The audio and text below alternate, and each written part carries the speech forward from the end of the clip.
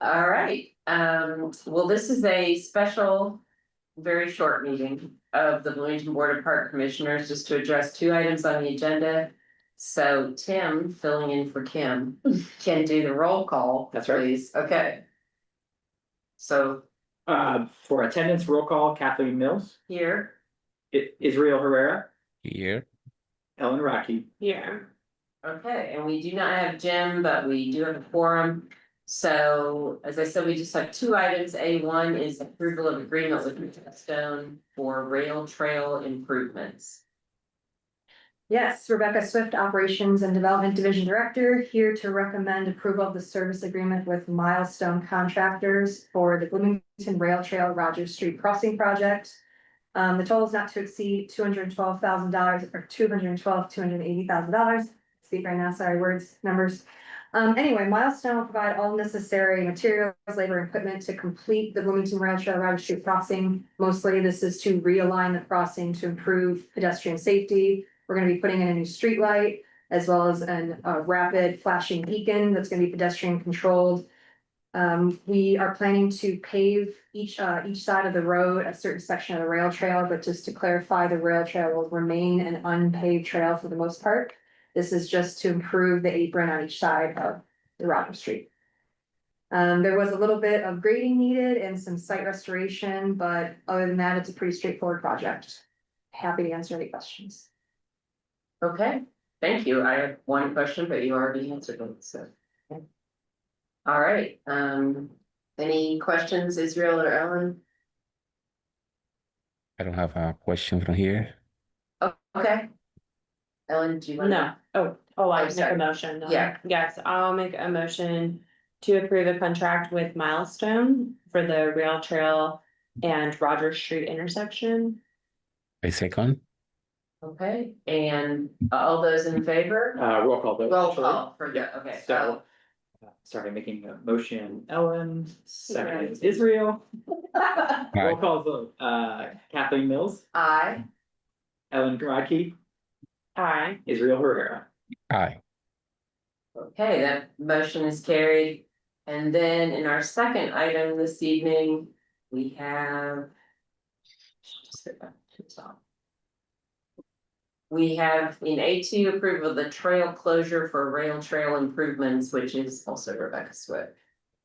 Yeah, so in order to do the project I just presented to you, we do need to close temporarily, but full closure of the rail trail in this corridor. We're estimating less than 30 days. I put in here an estimated start date of October 15th, knowing that we had to delay a little bit for the special session, probably be more closer to October 20th. The contractor is estimating 21 days. It will not require a full trail closure that entire time, but it's better to assume the full construction schedule with. And there will be some temporary road closures, but obviously that is outside of this application. I am just requesting Park Board's approval of the temporary full trail closure of the rail trail. Okay. All right, any questions about this for Rebecca? No questions.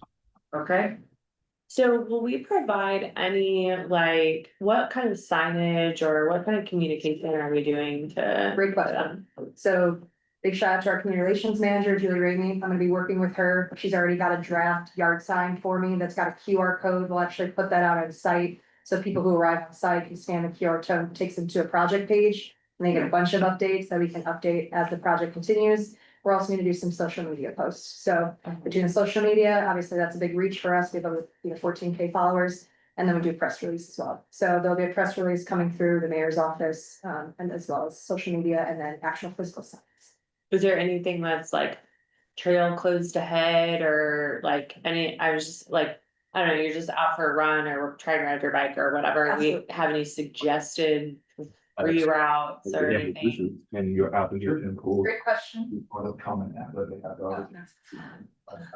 have. There is no actual detour for this trail. There's no way to like reroute people around it officially. So we will absolutely try to give people notice at major trailheads. So the rail trailhead along Countryside Yeah. Road, that parking lot will have a yard sign there. It won't be just right when the construction starts. It'll actually Right. start at the major trailhead. So I think Julie was estimating about 6 yard signs. Oh, okay, great, okay, yeah, not just. And I believe she's ordered those already, so we Okay. put those out ahead of the project with a QR code to a project page to let people get updates.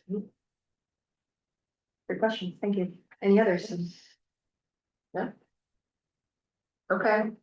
Oh, well, make a motion. Sorry. Please just snaps. I'll make a motion to approve the closure permit for the Bloomington Rail Trail Rogers Street crossing. We'll keep seconding. He voted, but he said second. Yeah. Okay, and a roll call vote of all those in favor? Aye. Kathy, Aye.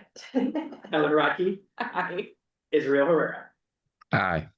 And Israel, you did have a second in there, right? Just to Yes. clarify. Yeah, Okay. I was muted, yes.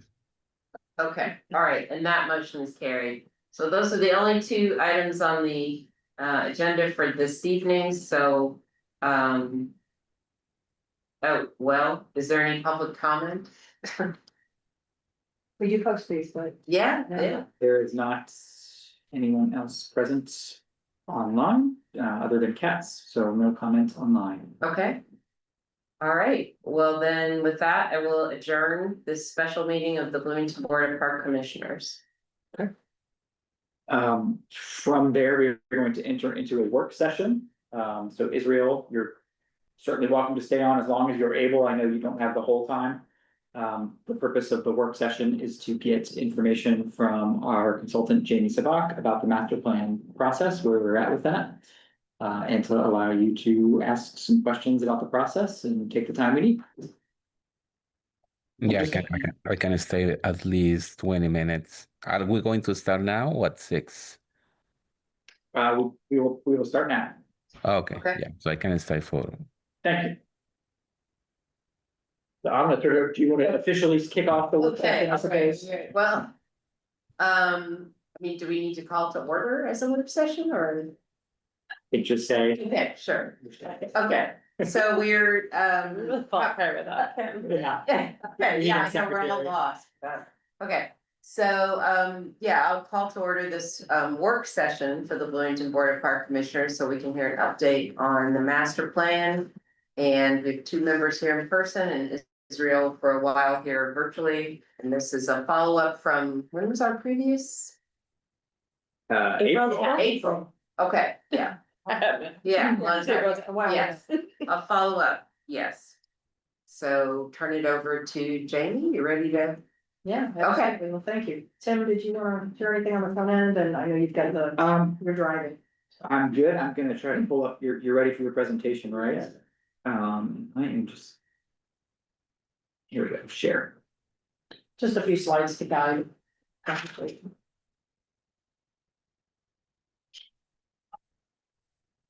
Oops, sorry.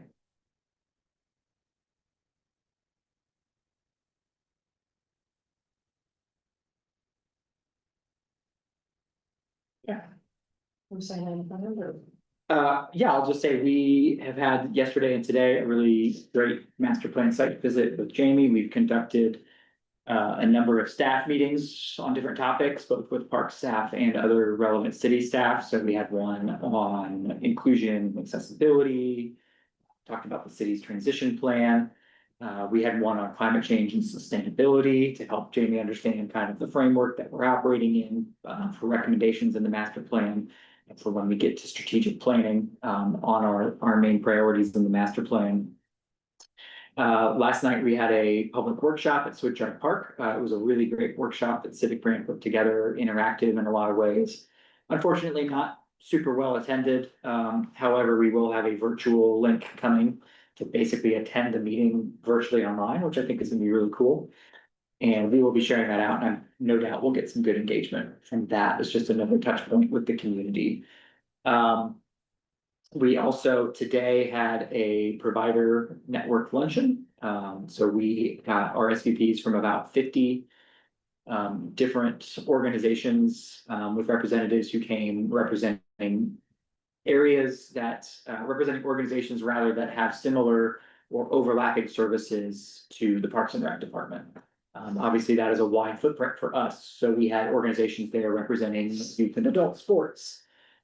Representing arts venues, music concerts, representing youth programs, representing youth camps, and a lot of everything in between. Visit Bloomington, the library, the school district. And basically it was presented as an opportunity to talk about service provision to our community, especially in a time that's gonna have some challenges coming up for all of us. How do we overlap? How do we close some gaps? How do we eliminate some overlaps, work together, be smart with partnerships? And it was a very, very positive event for the 50 or so people who were there. We saw a lot of connections being made, a lot of positivity, in just even unlikely partners, maybe people who might not have otherwise intersected, having really great conversations about how we all collectively serve our community. So that was really well received. And then lastly, we also did some financial work, both with our advisory team, earlier today, revealing some of the work that's been done so far that will come to Park Board eventually. And then also with all of our staff, about 20 of them, this afternoon had a session on how to do service analysis for fiscal results. So that is what we've been up to the last 2 days. I hope that wasn't stealing thunder that you were gonna talk I'm about about. to say what he said. Yeah. Yeah, that's where we've been. Thanks, Tim.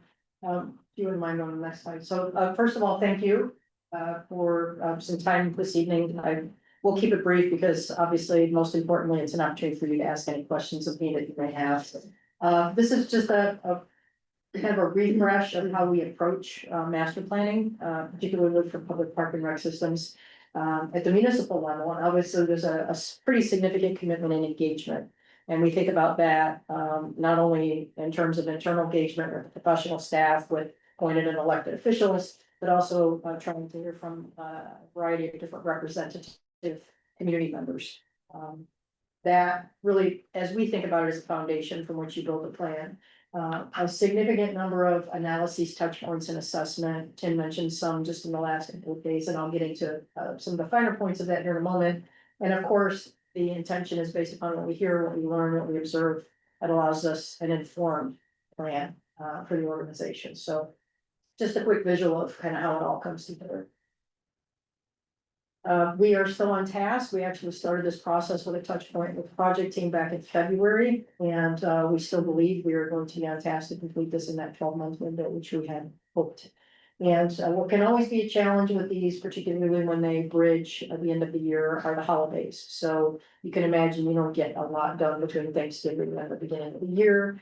And still, I believe that we're going to be able to have a deliverable to the organization in February 2026. Real quick, process tasks update, and again, really intention here, so answer any questions that you may have. Next slide. We broke this process into phases. It's more digestible, I think, in terms of, just staff understanding, and obviously from an organization and coordination perspective. The first phase that we worked on included the 2 tasks you see there, the pool conditions assessment, or pools conditions assessment of Bryan Park Pool and Mills Pool is complete. We have a summary report with a significant amount of data that will inform some of the recommendations in the plan. And while we started financial sustainability quite a few months ago, as Tim mentioned, we actually had to reveal this morning. So we got to see all the data that resulted from the analysis.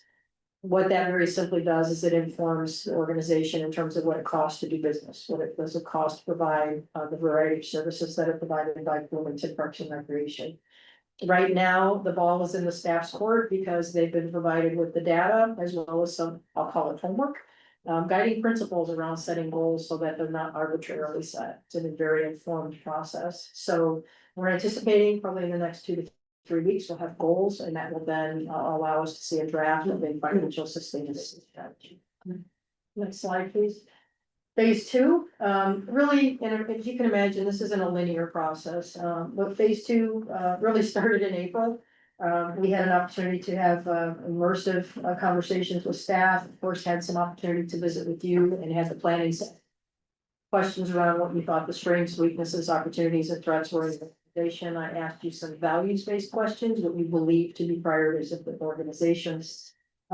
Equitable community engagement started at that time and actually continues. We are soon going to see the release of the survey that will be received by, I will say, the majority, hopefully all households in Bloomington. And the intention there is to complete the circle, if you will, relative to engagement. We've had focus group meetings, we've had very brief questionnaires, 3-question questionnaires. We actually got 1,100 responses, which I think is outstanding. We did not expect that. Did the 3-question questionnaire, which included what are the priorities in this community as you see them as they relate to Parks and Recreation? How do you hear about Park and Recreation services? Some baseline questions that helped inform the survey that's about to be released. We had, I think we had 7 focus groups. We had folks from the business community, from IU. We actually met with 2 incredibly amazing, intelligent young women who were in their teens, who actually knocked my socks off in terms of how thoughtful they were about the future and tree canopy. And I mean, it was just impressive, to say the least. So I suppose South students, wasn't it? I knew that's what they had to be. It was so impressive to listen to them speak, and it just was like this glimmer of optimism in terms of who we're handing things off to. So anyway, really try to be thoughtful about who was at the table and who we had an opportunity to visit with. Organizational analyses, I would suggest. Tim mentioned a few of the things we've been doing in the more recent. This includes everything from, what's the financial outlook look like relative to what's happening with SEA 1. We had an opportunity to meet with the administrative support staff yesterday, everything from customer service, point of contact, policy. We're looking at climate action plans and how that connects to Parks and Recreation operations. So it's a pretty robust look inside of the organization. And then what obviously all of this intends to do is inform organizational priorities. What will be the umbrella under which plan is built? And those, of course, those priorities will inform the actionable part of the plan. And then phase 3, Tim? This is where we'll move into strategic plan development. So we've captured, if you can imagine, gathered all kinds of information, insights, that informs the priorities become the umbrella under which we build the strategic plan. The strategic plan is the actionable part of the master plan.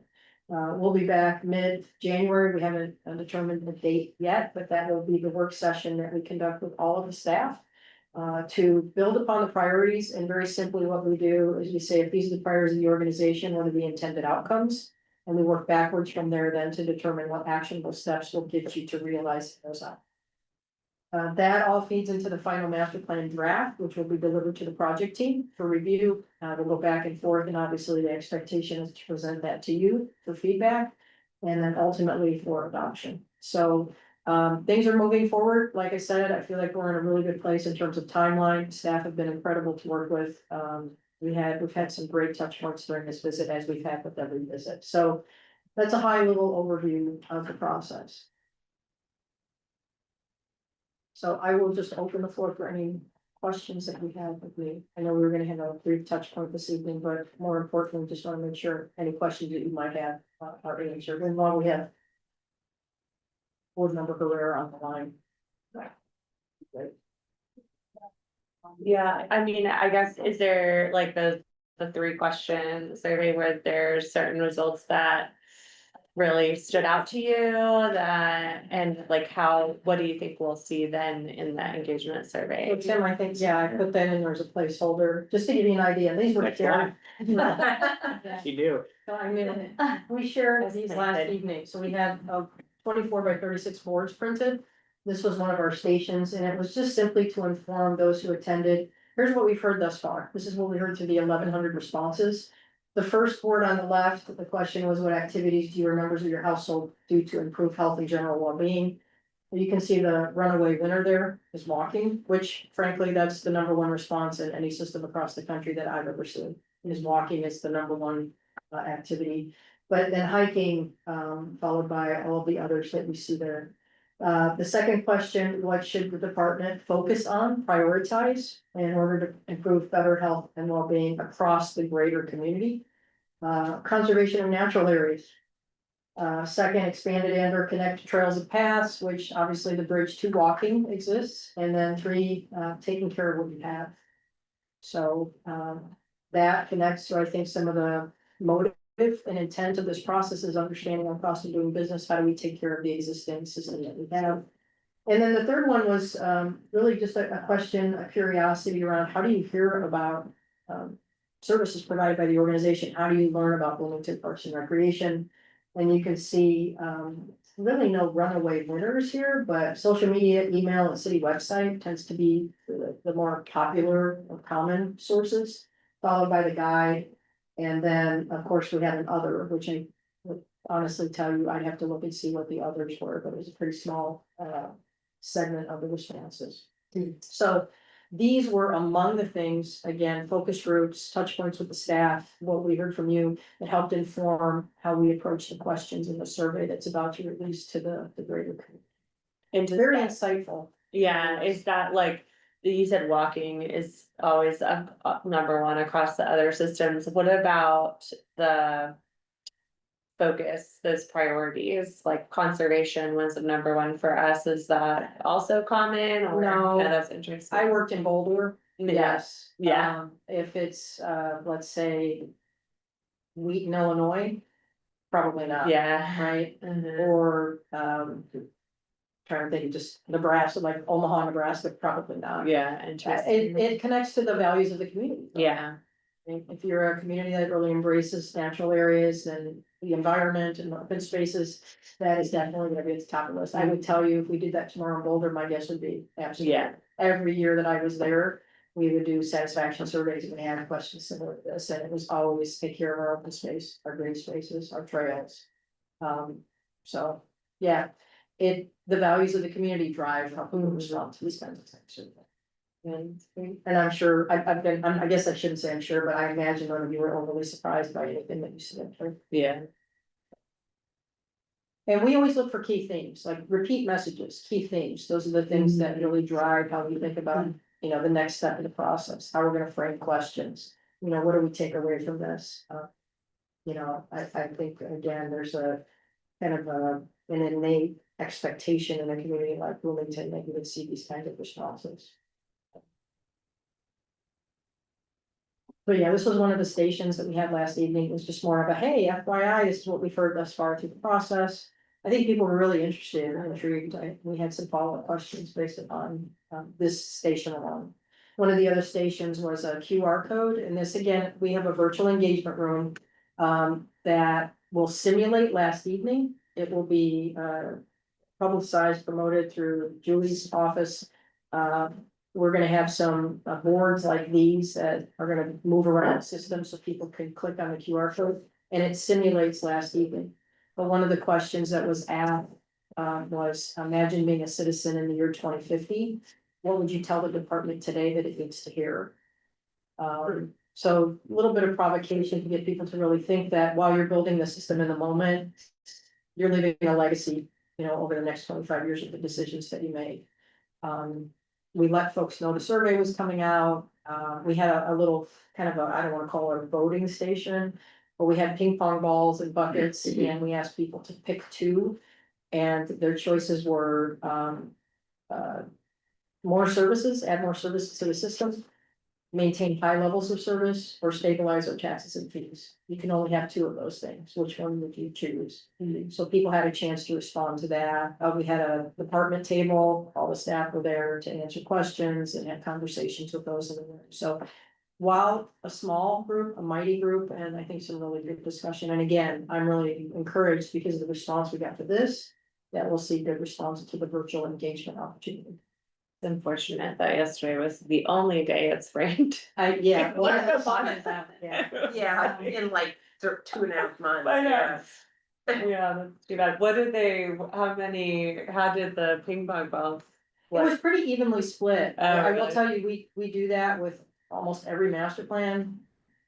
This was the first time that there weren't two runaway winners. Oh, really? What are the Typically, the usual? runaway winners are maintain high levels of service and stabilize our tax Right. fees. You had quite a few people, however, I remember these two women in particular in the room going, we can pay for stuff. And so they just said, we can afford to pay So I think we had a pretty even split, but it was such a small sample size. I want to be cautious because once we see the virtual engagement room responses, I think it'll give us a better sense of how people feel. But If we had a Parks Foundation person in the room, they'd go talk to the people who said they could pay. Yeah. That's right, that's right. Raise some more money. How much can you? Yeah. yeah, but it was, I thought it was really good. Again, it was a small group, but really good conversations. We had the, the bike polo folks who are Oh, okay. incredible young men. Yeah. Who really, I think, seem to understand the value of community and common good and They're really being wonderful. thoughtful about things. So, yeah, I thought it was really good. And staff we had a good group of staff on site to answer questions and engage. So, it was a really good visit. And as I mentioned, now we'll be doing a lot of work behind the scenes to everything we're learning. We've got our survey team that's about to release the survey. We'll collect that information. We'll start crafting some of the narrative for the plan, get that to the team for review, and then we'll be back in January for the strategic planning. So we are like with the staff, like I remember us talking about like how we're gonna have these doing like service categories, is that right? That's- And so I guess what sort of, I guess this is all sort of being done simultaneously, but is it like they kind of already know what the service categories are, or how does the survey inform? Yeah, in what sort of order do you? Well, the service categories are part of the financial sustainability strategy. Right. So those are complete. They've been complete now. for a few okay. months. We've got a draft of the continuum of the strategy, Mhm. but now we've got to fill in the blanks with the goals. With So actual goals, so then today's the conversation around data informed how the staff will approach the recommended goals for the Okay. categories. That doesn't necessarily inform the survey in and of itself, but obviously the fiscal realities and conditions of the community help us consider how we want to ask questions so that the community is as informed as they can be Yeah. when they are responding to the survey. So while it's not directly connected, there is some connectivity between all of it. Ultimately, that, the financial sustainability piece will come before you in policy. And we'll ask you to approve a financial sustainability policy that sets some of those goals and new cost recovery categories and all of those things. And of course, it can be renewed, updated, changed through the board in the future, but that will be a board approved doc. So that is where you will see the final implementation of that. And we'll have a comprehensive presentation of all those pieces of the process. And we'll be giving Tim and the team draft language for the policy that certainly can be modified and adjusted as necessary.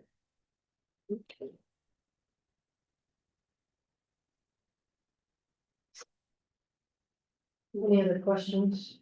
I don't know, like, what are you guys most excited about so far? I really wanted to do the conditions assessment, even though it's not my message. I'm curious how that would come out, we need data, to help inform our decisions, so I'm thrilled to have a chunk of data and experts to help us. What, 4 pages, 4,000 lines of expense reports that we sent to your financial person, so. We have a lot on our plates, and we know that we're not setting prices maybe how we should be, and so. That's maybe so helpful, and our staff look at this as an asset, like we need help, we just don't have the time to do it. So now we need to hire consultants, so that's been really great.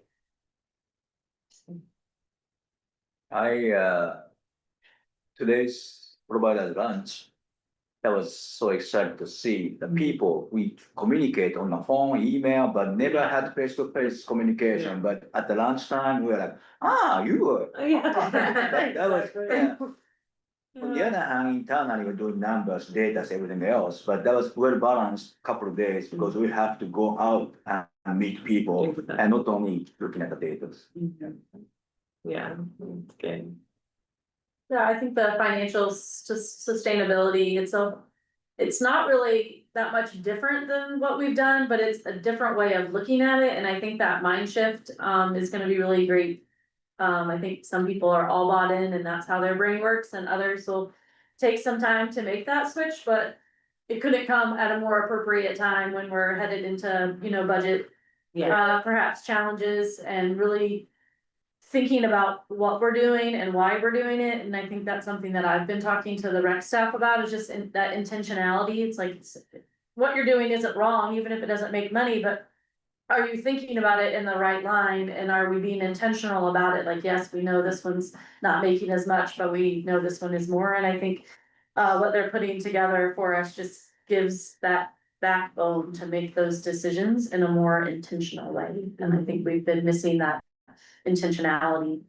We've just been doing, Yeah. we've just been Right. doing, that we haven't had an opportunity to step back and look at it, from that intentional lens. Yeah, So I'm excited to be able to do that. Yeah, there's always something coming down the pipeline, you just gotta like move on and like go to the next thing, so you don't always have time to like. Snap your fingers and pause time and say that, oh, like I just need like 3 days to dive into these numbers. Yeah. That's never gonna happen, so. And we've been in like a more, I mean, our community has, like our land has, our programming has, and we asked to do more, we've been doing more, and so now to like. One is what we've been doing appropriate, and, you know, it's time to do that kind of like quality maybe over quantity, and yeah, we haven't looked. I mean, that hasn't really been a discussion in quite a while, it's And that always been message has about, really resonated with everyone I've talked to. Yeah. In the community today, other people were like, yes, like that's what we need. That's- Them set for their yeah. organizations as well, so. Oh, good, yeah. That's a good point too, cause I feel like Switchyard, and then there was I mean, not that it was a bad thing, but what went with the alley beautification, there was something. The else. bicentennial bonds. The bicentennial the bonds. Gateway, the trails. Gateways, yeah, there was the trees, yeah, And then Hopewell. and then, oh, what, so it's, Thank you, ARPA. and then program it all, run it all, right, make it exactly, nice, right, you know, yeah. and a lot over the last, it's like great problems to have, but you know, you don't want to not. Right. Do things, but. Right. Yeah, but what's the best way to run all of these new things, yeah. So again, we'll be back. We're looking at calendars right now, I think in the second, third week of January. And we'll do the strategic planning session. We're also gonna be looking at the purpose of the organization. Kind of checking that mission and purpose and seeing if it remains relevant, and we'll have adjustments and updates that we made based on dynamic social and environmental and economic conditions. Is it time to give that a little bit of a new life? So. Yeah, and then after that, we'll have a deliverable meeting. Okay, yeah. Is there any very small preview of the pool's assessment? I can just tell you a little bit about it. They're in fabulous shape. They can go- Everything's good, nothing wrong. But not so bad. We're just like, we have, Don't quote me on these numbers because without it in front of me, I'm forgetting, and Keto might remember better than I do, but what was the total between both of them that we found? That was 2.4. 2.4 was one of them. Which one was that? Brian. 2.4 was Brian. Million, which actually surprised me as being a little bit low, but you have to remember too, that is to restore everything to the condition that it is right now. Okay. That's not to make any improvements, Upgrades, right, right, okay. that is, That's including not only food, but bus house and everything else. That's Right. included. So, Okay, yeah.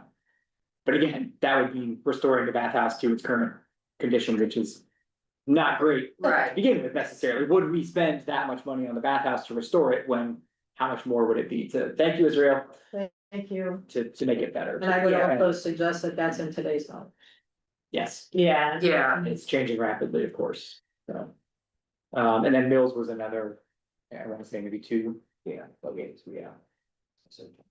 So it's a lot. how's the pool liner at Mills, is it not as old as, I know the Bryan Park one was replaced, but. Yeah, middle school liner is much better shape than Okay, Brian more used to recent. be. yeah, Used to be. Pool itself, the mechanical and everything else, pump, it's good, Mills is much better shape than Brian Park. But Brian is much more accessible and used. yeah, And bigger. right, when was Mills pool built? 60, One, like 50 something. 63, $63, that's fine. Brian was 57, 63. Mills was, maybe it was 67. So, within like 10 years Yeah. after, yeah, okay, And by Alta. And I had an opportunity to go to Terra Hall. They got the pool renovation project started, and they're spending 3.2 million to innovate their food is much smaller than Mix. Mm, When oh, I visited, I was surprised to see, Wow. And where was that? Terre Haute. Oh, okay. Yep. And all the money that's there coming from funding sources, the tax, no tax, that's coming from Huh. casino. Even. Casino money. That's the money goes into. Okay. I'm like, that's different, yeah, funding source, but We asked the controller if she could create a casino, but she didn't really, she didn't really buy it, yeah. Yeah. We need Find it, us two people that said they could pay. yeah. Raise some money.